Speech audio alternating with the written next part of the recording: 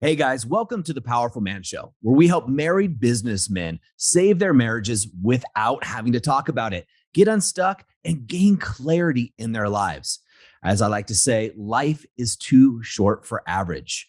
I'm your host, Doug Holt, with my co host, Tim, the Powerful Man Matthews. Now let's get this started. Hello, everybody. Welcome to another episode of the Powerful Man Show. I'm your host, Tim Matthews.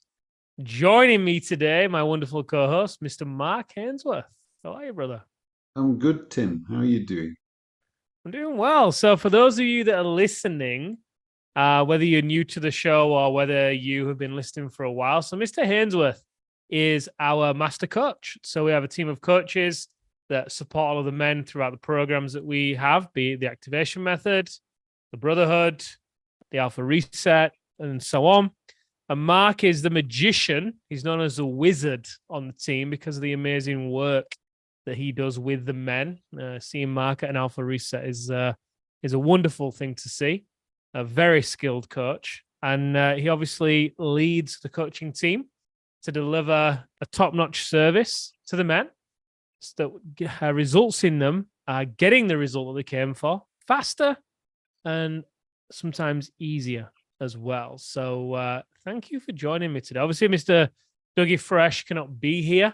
He is having to take care of some things on the ranch because, as you know, Mark, and as the listeners, depending on if you've listened to previous episodes, in a couple of weeks, we have about 40 people, maybe 45 people between clients and the team all coming together on the ranch to spend some time together. It's going to be an epic time. So anyway, Mr. Hainsworth, do you want to do a quick intro of who you are? And I've just introduced what you do, but quick little background and share a little bit about yourself so the listeners get to know and feel for you.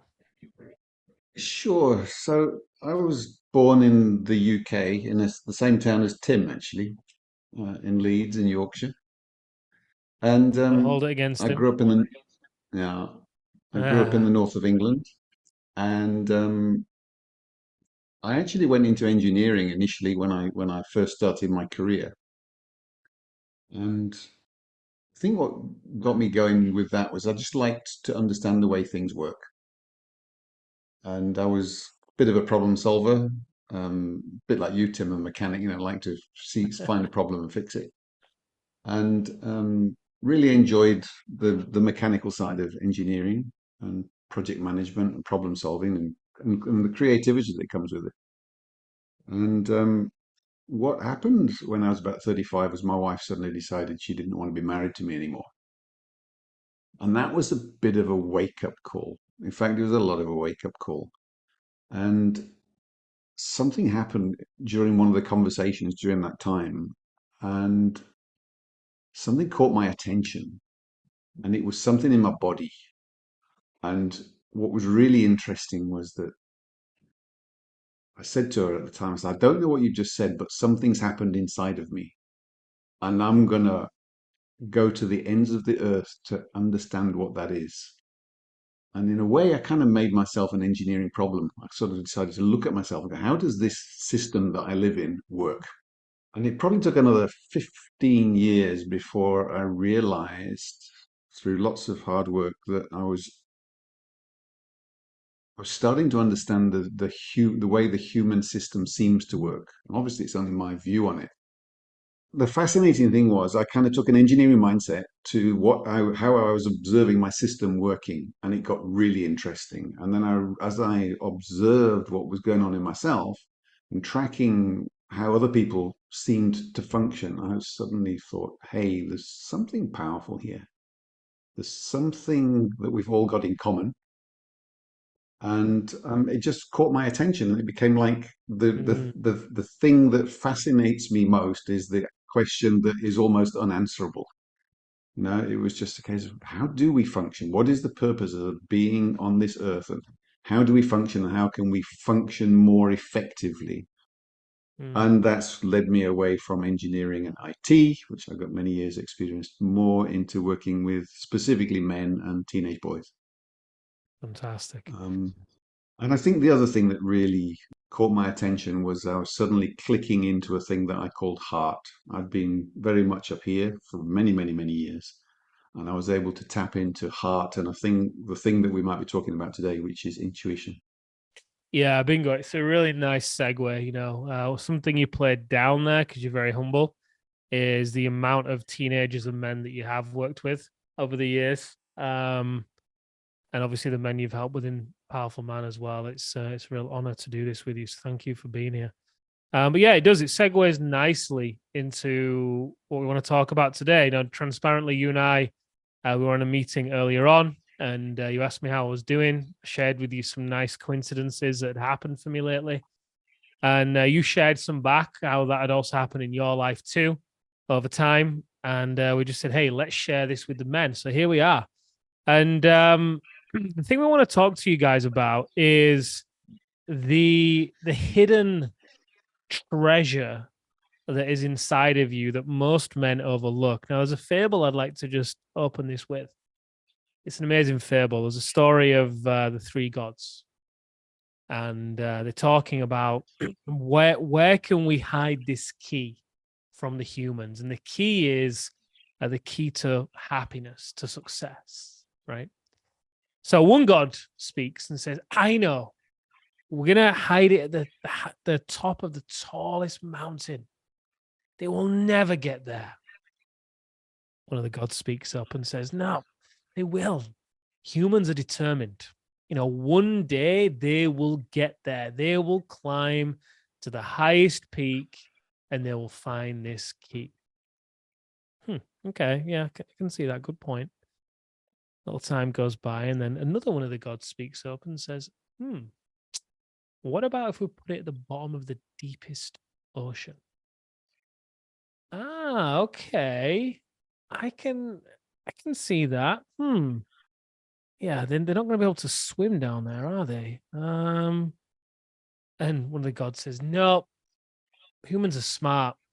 They're going to develop some kind of machinery and they'll make it all the way down there. They'll get there. That's too easy. Like top of the highest mountain, bottom of the deepest sea. It's all too easy. We've got to hide this key somewhere where it's harder to find. And then one of the gods says, I know. Why don't we hide a key inside of them? They'll never think to look there. And that's what they did. And it segues into this conversation because the idea of you being tapped into your instincts. We talk a lot about being the wolf versus the deer, wise, open, loving, and fierce. For me, when we're talking about intuition, and I'm sure you've had times in your life, you, Mark, the listeners, where life has just felt a little bit effortless, almost like you've tapped into a bit of a cheat code. And sometimes you might feel a little bit guilty because it feels so easy. And then as humans, we tend to have a habit of making it harder for ourselves than it needs to be. To your point, that's when you shift into your head. You shift into logic, into criticism, into complaining, into judgment, into fear. We call that in the Powerful Man the path of force, essentially. And there's a shift. People often say the longest journey you will ever take is the 6 inches from your head to your heart.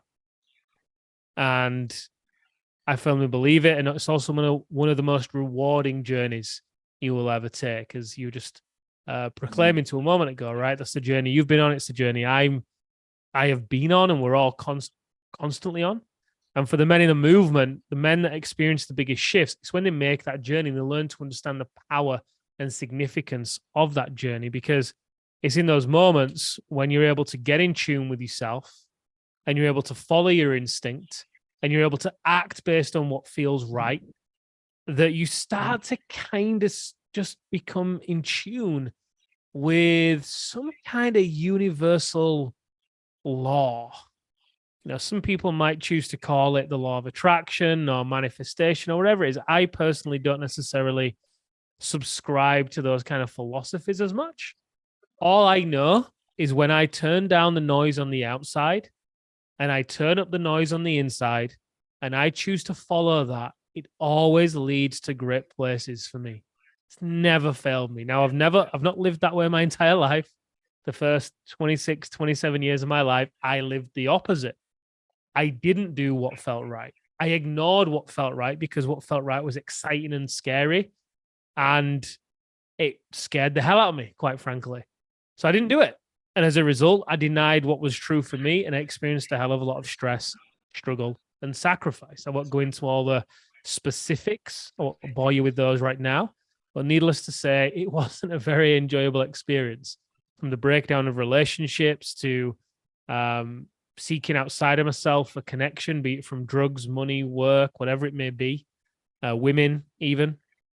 And society conditions us. They want us to think it's hard. There's so much pride in the masculine pursuit of it being hard and arriving at the finish line beaten, battered, and bruised. And you could always arrive with a smile on your face. It doesn't mean be lazy. It doesn't mean sit back. It's quite the opposite. Because when you get in tune with yourself and you take the inspired action, whether it's, you can kind of look at it like the 80-20, oftentimes that's the biggest risks you're going to take. It requires a hell of a lot of courage to operate in this way. But the reality is there's an innate wisdom inside of you. Now, I firmly believe that you already have all the answers. We all do.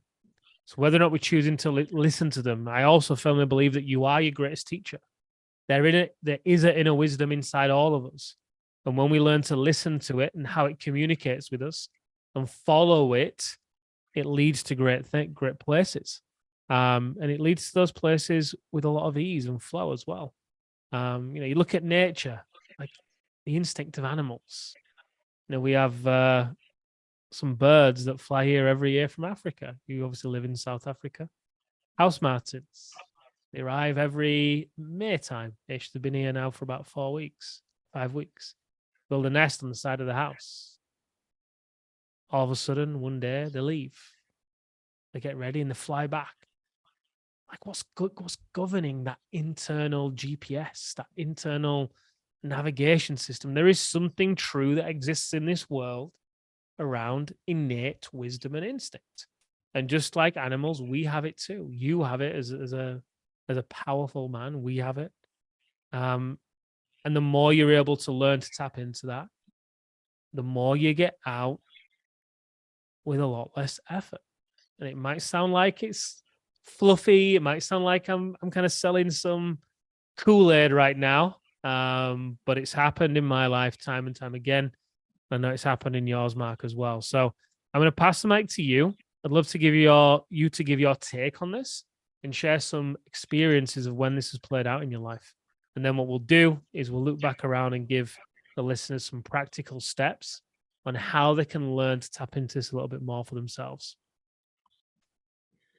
Sure, thanks for that, Tim. And it's interesting as listening to your chat is this conversation could go a couple of ways. And there's one piece around that inner guidance, intuition, gut feel. And then I just love the conversation around the gods, hiding the key up the mountain or down in the ocean, because I got a wonderful story about that as well, personal experience.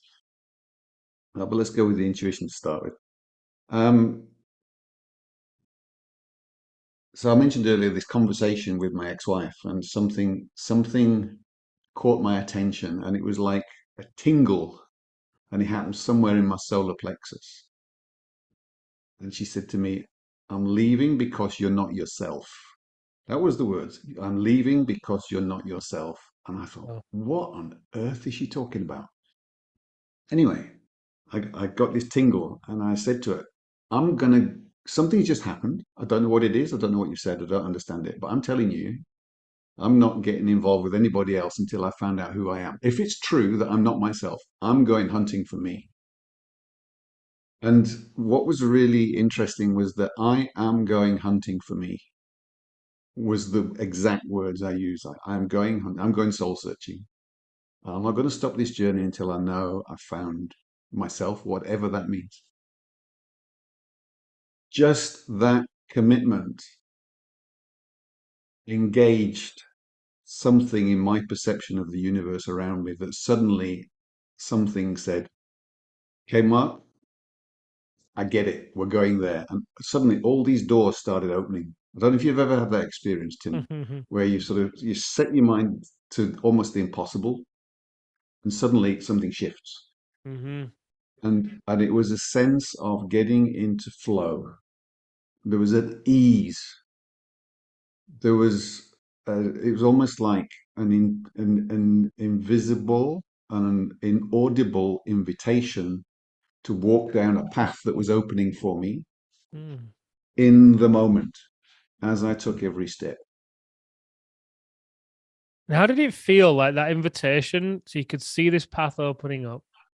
Was there ever a point where you were thinking, do I really want to go down here? Absolutely. Every moment. Every moment. Okay. But how did And it was, so I think there's an important distinction there as well that I want to tap into, if it's okay. Because this is often how your intuition can show up, right? You commit to something based on, I've got a sense, a feeling that I need to go in this direction. I am going there. So that's the truth. That's what feels true for you. So you could call that your heart. And there's a lot of science that's now backing a lot of these philosophies up. You know, whether you think about the Heart Math Institute or whatever, heart and brain coherence, there's all sorts of science, if the listeners want to go check it out, that basically explains and backs up what we're talking about. But anyway, you've said, hey, I got a sense that something's off. I've got to head in this direction. I am going there regardless. Things start to align, and then the mind comes in and starts to throw in stories or judgments or whatever that makes you want to hold back, but you don't, because you can't deny what's true for you. You've reached a point in your life, just like I did. And I think for the listeners, there's often an inflection point in your life that happens when you realize, I need to change. The way I'm doing things is not working for me right now. Happened for me. At which point I needed to do something different. Einstein always, I love this quote from him. If, a problem cannot be solved at the same level of thinking that created it, right? Yeah. So your mind will show up when you start to follow your intuition, because it's going to feel scary. It's going to feel exciting, but it's also going to feel true. You're going to have to go that direction. And the thing with this is that I learned anyway, it's impossible to lie to yourself. You can lie to your head. That's typically what a lot of men do. They lie to themselves in their head. They rationalize. They tell stories to themselves. Of all the reasons why they're either not having an honest conversation with the wife, or they're watching porn, or they are working, or whatever it may be, right? But you can never lie to your heart. You know the truth deep down, and that's your truth. That's your heart. You can't lie to your heart. So if you would have stepped away from that line, brother, you would have continued the same pattern that got you to that point, and continued not being yourself. But you couldn't, because you couldn't deny your truth, your intuition. The interesting thing was, as I followed this thing that I was starting to become a friend with, my intuition, it started opening up the realization that all of those stories I told to myself were absolute bullshit. It's like it was like I'd got this internal bullshit detector, and it had been sitting there for years and years and years and years and years, waiting for me to sit and go, okay, tell me a bit more about that. Maybe I'm not seeing something here that I could see. And the moment I was prepared to say, maybe there's something that I'm missing, it all started to unravel. Beautiful. The story that I created. Yeah, the same was true for me. So I'll share a little bit, just in case the listener's not familiar with this. So I had a sequence of events, really, that happened to me, and it all culminated with me. It was September time of 2013, I think.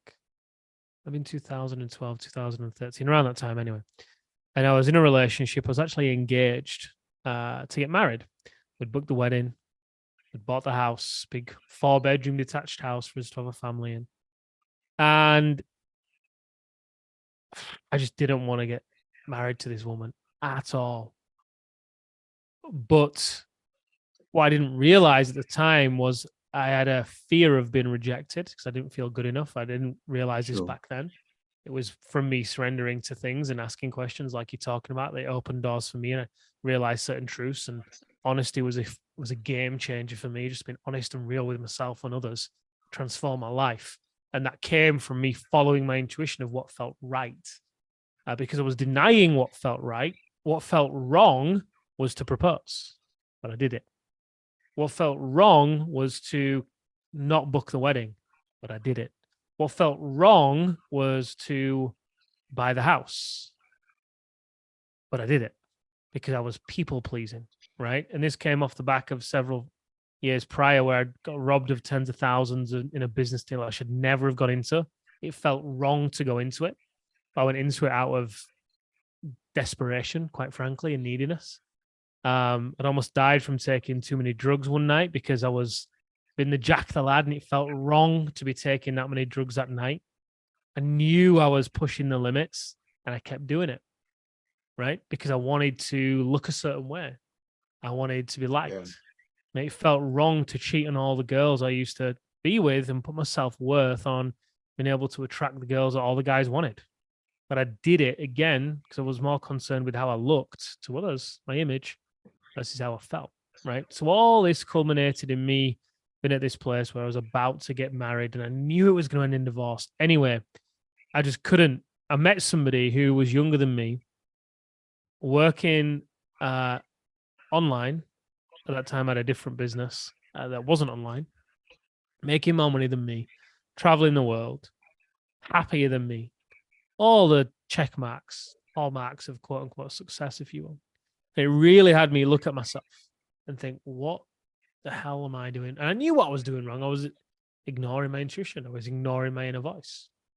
But this guy was the proof, living proof in the flesh, in my face of what's possible.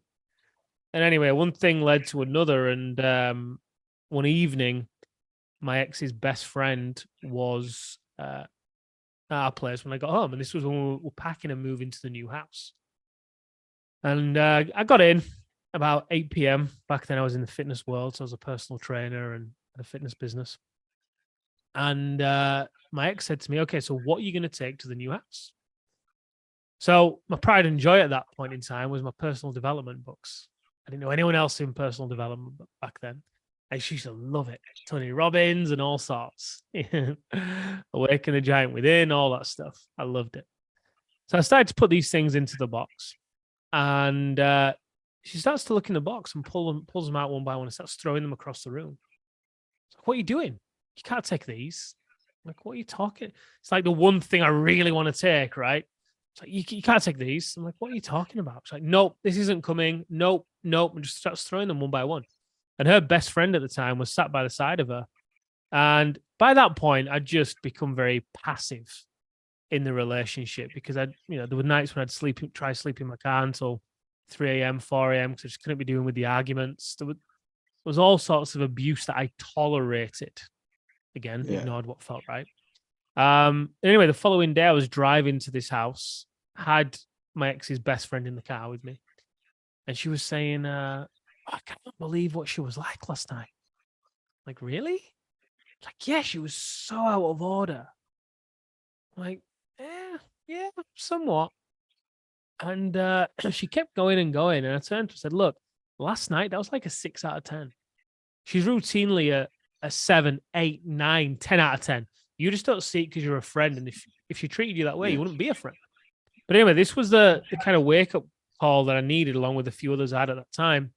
I can remember walking into the house, dumping this box, turning around, walking out.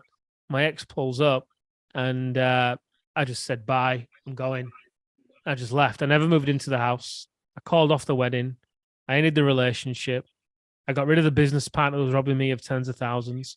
I restructured the business that I had then because I was more like a firefighter than a business owner. I undercharged for my services.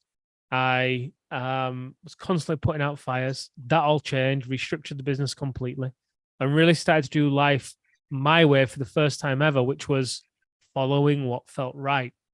As a result of that, a sequence of events happened over the following few years. One of them being the Powerful Man then started, and that wasn't planned. It came about from me being honest It came about from me sharing my truth on social media. I was basically the journey I was going through, realizing that all that time I'd been living a lie, and I'd been living a lie because I didn't feel good enough and I didn't feel worthy. And I masked it through work and money and success, right? And I started to share this through social media. I got one of three reactions. Either my friends started going insane, literally, because I just was getting all the skeletons out of the closet. I couldn't live the lie anymore. Or they thought I joined a cult. That was the second reaction. And the third reaction was from people who were resonating with it. Guys were resonating with this story, how as guys, we often try and strive through business to fill a void, really. I just started to help people and share with them the journey I was going on, the realizations I was having, and how I was learning to turn down the noise on the outside, essentially, to turn up the noise on the inside and become honest and real with myself and have honest conversations and follow what felt right, and just really learn to tune in and navigate where this thing was taking me and surrender to it. And it's led to some incredible, we'll call them coincidences over the past few years, that has led to TPM starting, has led to Doug coming on board, has led to other key members coming on board the team, has led to the Alpha Reset being what it is, has led to, I could go on and on and on and on. And I'm so grateful that I've learned this. It's kind of like a cheat code. It isn't because everyone has it, but it feels, it's kind of like Moses in the Red Sea. Things just part. Yeah. Right? When you learn to tune into this, things just open up. So anyway, sorry, I didn't mean to ramble then, back to you. I'd love to say more about your experience. No, with this. it's really interesting, and like coincidences, because there was a brilliant book in the late 90s, The Celestine Prophecy. I'm sure you've read it. Great book. And it introduced me to the concept of synchronicity or coincidences. And what I noticed at that time in my life, coincidentally, whenever I was flying through an airport, I was doing a lot of world travel. Whenever I was flying through an airport, I'd wander through the bookshop to find something to read. And I got to the point where I'd just walk through the bookshop and just pick whichever book caught my attention, and I'd buy it, and I'd read the book, and it would set me up for what was going to happen 3 days later. It's like I'd get an awareness of a possibility or a thought or something that I needed to learn. And 3 days later, the test would come and go, hang on a minute, I learned about this 3 days ago. I don't know if you've ever experienced this kind of. I have, yeah. And you go, am I crazy or what? Am I? And there's that phase where I went through. It's like this is weird. It seems to be working, but it feels really crazy. And there's something about, for me, it was about surrendering to it and letting go of control and just trusting that there's some. It's almost like there's an intelligence there that we can tap, that I could tap into if I was prepared to trust it. That's a huge part of it. I remember in the early days of me realizing this, I went for a walk, and I was walking up the street, and I just stopped outside of this house. Now the house was across the road, and the road was on a hill, slight hill. So I'm looking across, and I'm looking outside this house. And I'm like, what? Why am I called to stop here?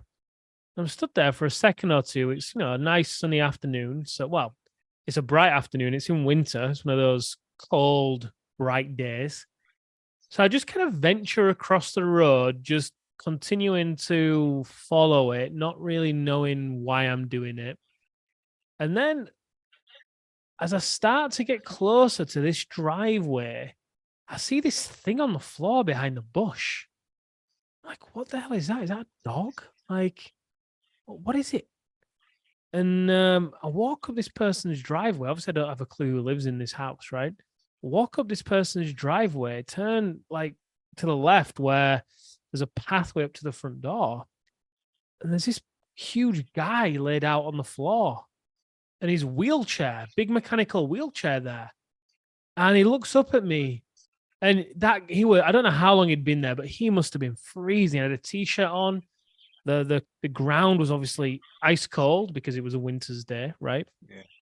And he looks up at me and he said, please, please, can you help me get me back in my wheelchair? So obviously I help him get back in. It was a massive struggle because he was, like I said, disabled, huge guy. He's kind of a bit like a dead weight. Managed to get him back in.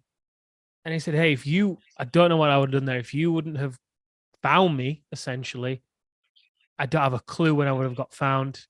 And he was just incredibly grateful. And I just walked off in shock. I was stunned. I had walked up that street at least once a day, sometimes twice a day, every day on my ARS for years. Never stopped outside that house. Never felt the urge to. Yeah. And I could have quite easily walked on that day and dismissed it as nothing. And I don't know what would have happened to that guy. I'm not saying he would have died, but it was getting late.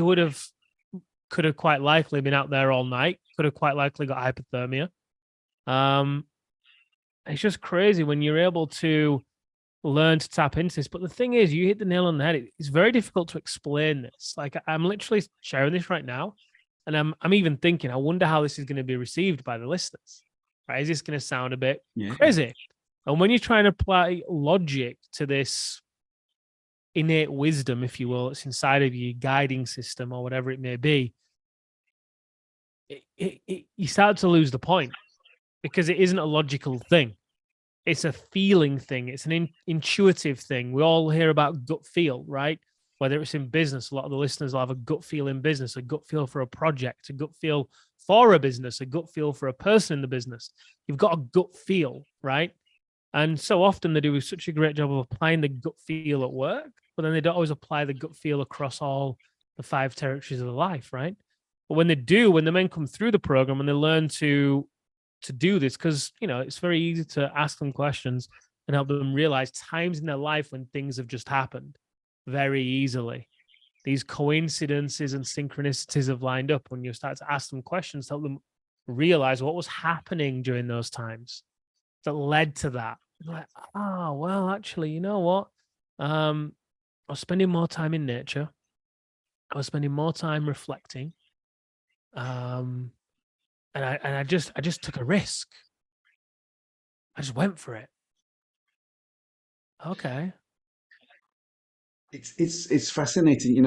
A couple of times when I'm working with guys on the activation method, sometimes a guy will come up with a problem. I've got this problem, I've got this challenge, and I go, okay, tell me a bit about this. And I can hear like there's the voice in the head that's saying this, and then there's another voice in the head that's saying that, and then I've got this little trick, and I say, just try this out. And what I think we're able to do is just tap into that knowing, that real knowing. And what's fascinating is when the guy says, I should do this, everybody else who's on the call gets the same message. Oh, it's so clear. It's so clear. And the moment the guy's able to own his own truth, the other people in the room can resonate with, there's a resonant frequency to truth. When it's declared, everybody gets it. They go, yeah, that's that. It feels right. I love that. Feels right. And bringing this episode full circle, you are not yourself. It's when you are not living in alignment with your truth. That's also felt by the people around you. That's also when you start to fall into deer mode. That's when you start to experience the 5 agonies. When you are not living your truth, when you become disconnected from yourself, from who you are and what you want, and you start to live based on what somebody else's ideals are of you or for you, be it societies or your wife's or whoever it may be. And this is a big part of why the men feel so good when they begin to fill the cup again, because they begin to tune into, okay, what would I love to do? What would I enjoy to do? And they follow that internal guidance system. And in doing so, the signal they give to themselves is, I matter to me. I'm important to me. I trust myself. And the confidence starts to build. So what's 3 things a listener that's resonating with this right now, that wants to learn how to follow their intuition that little bit more? What 3 things I can do?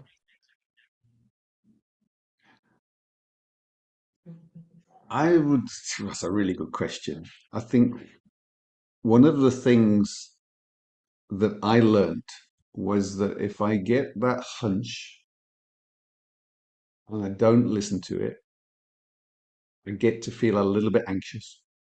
Yeah.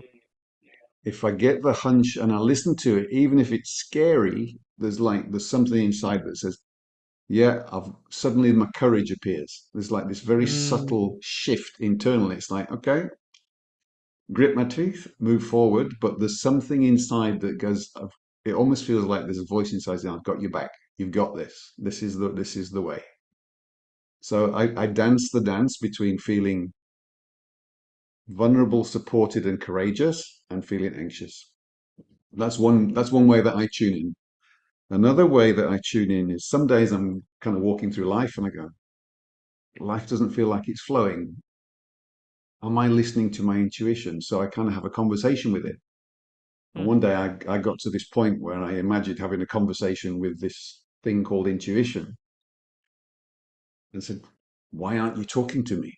Why aren't you talking to me? Why aren't I getting any guidance? It was like this real deep need to understand why I wasn't getting guidance. I said, and this response from the intuition kind of said, well, I said, you silent. And then I realized for me, and this is my truth, if things inside of me are silent, I'm on track. If I'm moving off track, the voice starts. Peacefulness. Yeah. So in a way, intuition and a kind of internal silence go hand in hand for me. I'd agree with that for sure. Yeah. It's the idea that it's impossible to lie to yourself. The thing that feels right, that feels true for you, could feel exciting and scary, and it also just feels peaceful. It just feels right. You might not be able to explain why. It just feels right. Equally, if you're lying to yourself and living in your head and avoiding doing the thing you know you're feeling called to do, that's typically going to feel quite chaotic, scattered, anxious, frantic. And you're going to waste a ton of energy trying to convince yourself that you're doing the right thing. And, if you were to imagine, one of the ways I like to look at this, if you were to imagine your intuition is rising up, right? And let's just say that intuition has 50 units of energy rising up. Yeah. If you want to just stop that energy from rising up, it's going to take 50 units of your energy to suppress it. So 50 units from your mind, if you will, and 50 units from your heart. They meet one another and they just kind of stop. But if you want to push that down, you're going to have to use 60 units, 70, 75, 80, 100, depending on how far down you want to push it.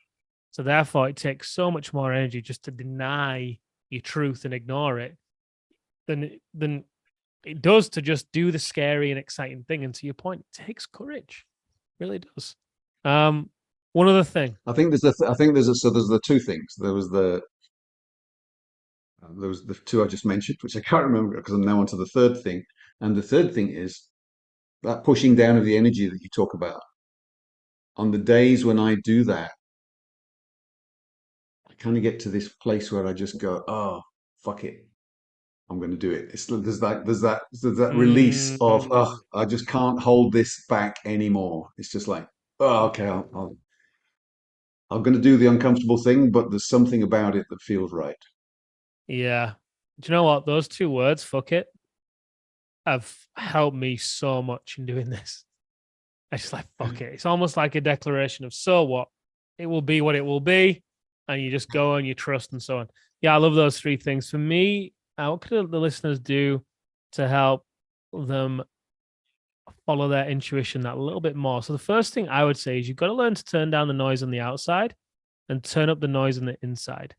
So therefore, time in solitude, whether that's on your ARS and your journaling and reflecting, whether it's time in meditation, whether it's time in nature, you must spend time in solitude without anything to do and without any distractions, and just learn how to be. Second thing is for you to invest in your health. For me, that I imagine it like a vessel. The cleaner my vessel is, the louder and easier this wisdom, if you will, communicates with me. If I'm eating junk food, if I'm not working out, if I'm having late nights, if I'm stressed, if I'm all these things, typically I'm going to be more on the path of force, and it's going to be harder for me to see, feel, and hear the ways that this communicates with me. Thirdly, I kind of touched on this in the first one, time in nature. Like for me, the awe and the wonder that I can experience in nature is very expansive. And it just grounds me, and in turn helps to turn down the noise on the outside, and insights often come. But it's in nature without distraction as well. So not on my phone or anything like that, going for a hike or going on a wild camp or going and doing a cold plunge in a lake or whatever it may be, right? And kind of a fourth one, learn to spot the signs. Yeah. Learn to spot the ways that this wisdom, if you will, is communicating with you. It's going to communicate with you in subtle ways. They're not going to make sense. It might be for you to take a different route home one evening in the drive. It might be to go out for your lunch one day and go to a particular coffee shop. It might be to approach somebody and have a particular conversation. It might be whatever it may be, right? Don't disregard it because it doesn't make sense or because you're too busy or whatever it may be. Learn to follow it, because the more you follow it, it's like a muscle. It's going to strengthen. And the more that you follow it and the more you see the fruits of it, the more you're going to build the trust and the confidence in letting go of control and acting on it, almost like acting on impulse with this. Mr. Hainsworth, thank you very Tim, much. I've got one. I've got one quick one for you. Do you ever have the experience of something happens and you get this tingle that runs down your spine, or you get like your hairs go up on your arms, or suddenly there's hairs go up on my arms? That's the one for me. I get goosebumps. Yeah, I get the tingle, and when that tingle happens, I stop and I go, "What? Something's happening right now, and I need to just be here." Yeah, it's a great one. I get goosebumps. It's like how do I explain it? It's difficult to put words to it. It's like a sense of excitement, alignment too. Like I'm in alignment with what I'm supposed to be doing, how I'm supposed to be living, being, so on. And it's a real sense of knowing that comes over me. Not particular knowing of anything in particular, but just a real sense of I'm in the right place, I'm doing the right thing. And that could be as simple as having a conversation with somebody, speaking my truth, anything, right? Whatever it may be. But those goosebumps definitely come. And to your point, yeah, it's really important to pay attention to them. Fantastic. Thank you, Mr. Hainsworth. So, man. One more. I've got one more. Let me just share this. Then you can have the last word. Alpha Reset, a couple of months ago, you and I were working together, and one of the guys was doing some work, you may remember, and you came across to me and you whispered in my ear and you go, "Nah, I don't get this." And I looked at you and my gut said, "No, I don't get it either." And you'd verbalized what I was kind of grappling with, and we both got it at the same time, and then something magic happened. You remember that moment? Yeah, we just didn't buy what it was saying, right? It there was something. We could feel it. We could both feel it. Yeah, I love that. So, gents, if you have any questions, comments on this, and you're a part of our free Facebook community, go ahead and head over there, post a question. Mr. Hainsworth, thank you very much for being here. I really appreciate it. And that's another wrap for another episode of The Powerful Man Show. All right, guys, that's a wrap for this episode. But as I always say, in the moment of insight, take massive action. You see, there are two types of men that listen to a podcast like this. Those that go on from one podcast or show to another, just hoping things are going to change and realizing that they're going to be in the same place month after month, year after year. You see, I was this guy, so I completely get it. You may just not be ready.